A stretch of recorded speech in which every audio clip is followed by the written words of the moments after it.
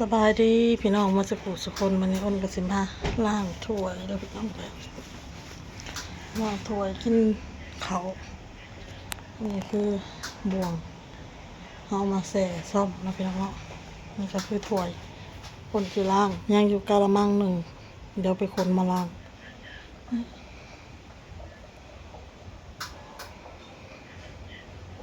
ในอีกกะละมังหนึ่งนะพี่น้องเนาะแต่ว่ามากินอันนี้ก่อนอ้นสั่งซีนปลาแล้วก็ยอน้ำเจ๊เนาะกินพี่น้องแต่นี่กับข้าวเศร้านี่แน่มีเรือโอ้ยคนก็ไปลงคลิปลายมือพี่น้องเลยปิดเวียกตั้งกล้องอย่างนี้แหละพี่น้อง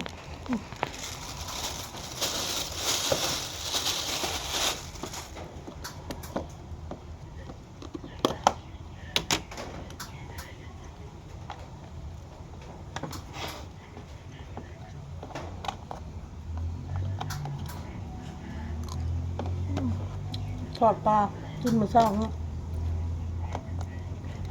นั่งเรือมากินตอนอันนี้ตอนบ่าย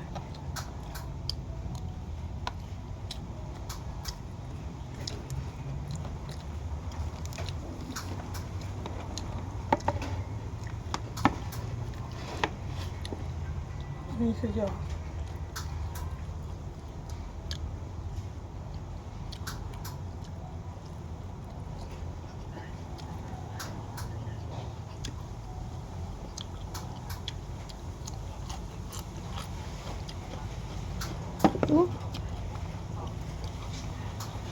สตอ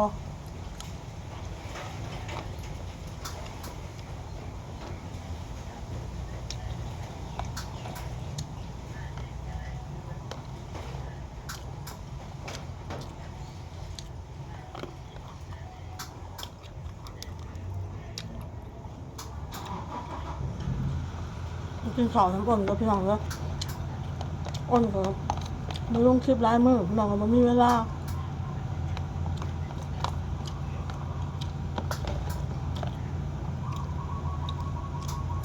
ทำเขาเรื่องมาเรื่องเนาะ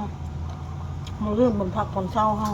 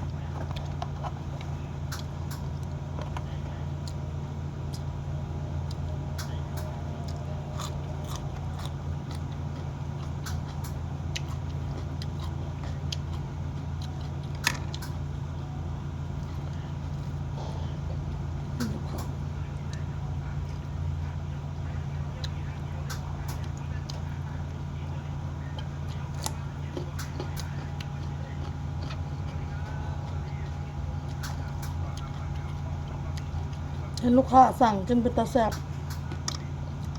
ปิ้งยอลูกชิ้นหมูแล้วก็ลูกชิ้นปลาให้ลูกค้าสั่งกินเป็นตาแซ่บกันเลยลองกิน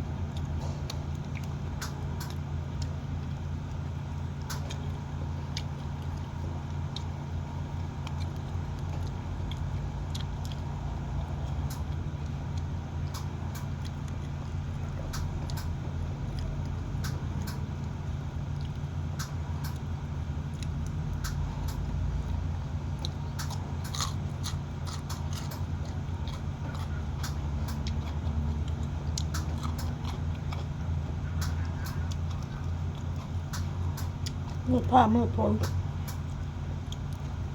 นตกลิ้นพี่น้องพี่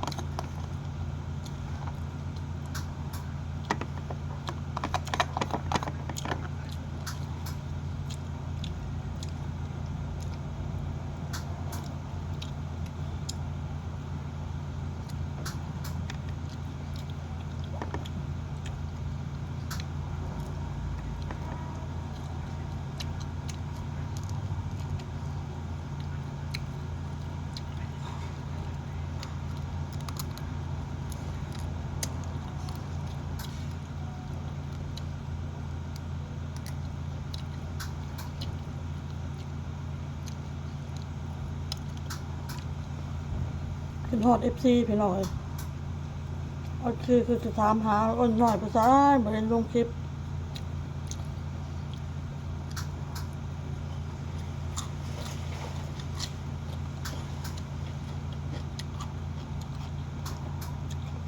เข้าที่เข้าทาง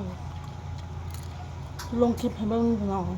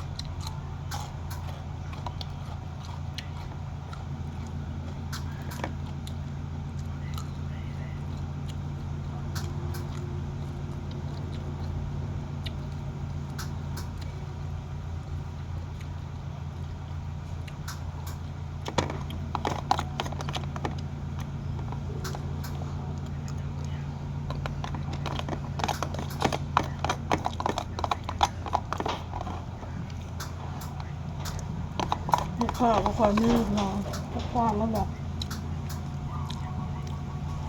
มาล้างถ้วยกินข้าวก่อน